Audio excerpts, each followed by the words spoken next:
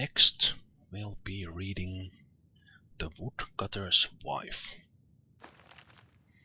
The Woodcutter's Wife, Volume 1, as told by Morgan, son of Molag.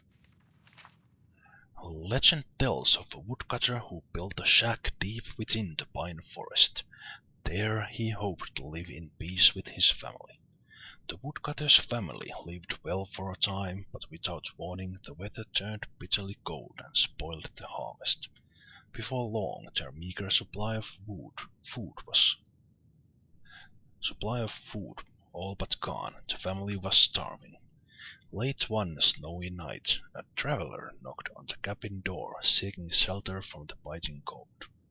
Always generous of heart, the woodcutter welcomed the stranger into his home, apologizing that he had no food to offer. With a smile, the traveler cast off his cloak to reveal the garments of a mage. As the woodcutter and his family looked on, the mysterious visitor reached into his satchel and withdrew a scroll tied with a silver ribbon. No sooner had the wizard unfurled the scroll and read the words aloud, when a great feast appeared from out of thin air. That night nobody in the woodcutter's cabin went hungry. Day by day the snow piled up. Every night the mage produced another scroll from his pack and read the words, each time summoning a new feast. On the fifth night the woodcutter's wife awoke her husband to confess her mistrust of their magical quest. Surely, she argued, there was some price to pay for the magical feasts that everyone enjoyed night after night. The woodcutter would have none of it.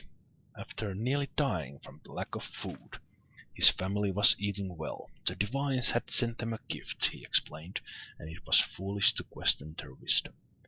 But the woodcutter's wife would not be persuaded. Every night she grew more fearful and more desperate. She was certain that the family had entered into a devil's bargain, and the time would soon come when the mage would ask for something unspeakable in return for his gifts. While everyone in the cabin slept, the woodcutter's wife snuck out of bed and took her husband's axe in hand. She crept in the traveller's room and with one swing lopped off his head. Suddenly the wizard's disembodied head awoke. His eyes opened wide, and when he beheld his maimed body, he let forth a terrible cry. Awakened by the horrified scream, the woodcutter and his children rushed into the room, gasped at the terrible sight of the decapitated mage. With his last gasp of breath, the traveler laid a fearful curse on the woodcutter's wife. After her mortal death, she was damned to rise once again and walk the woods alone, only to burn at the rising of the sun. To this day, those who walk the pine forest late at night tell tales of a weeping woman glimpsed between the trees.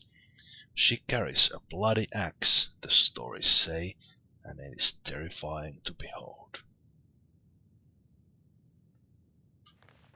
And that was the sad tale of the woodcutter's wife.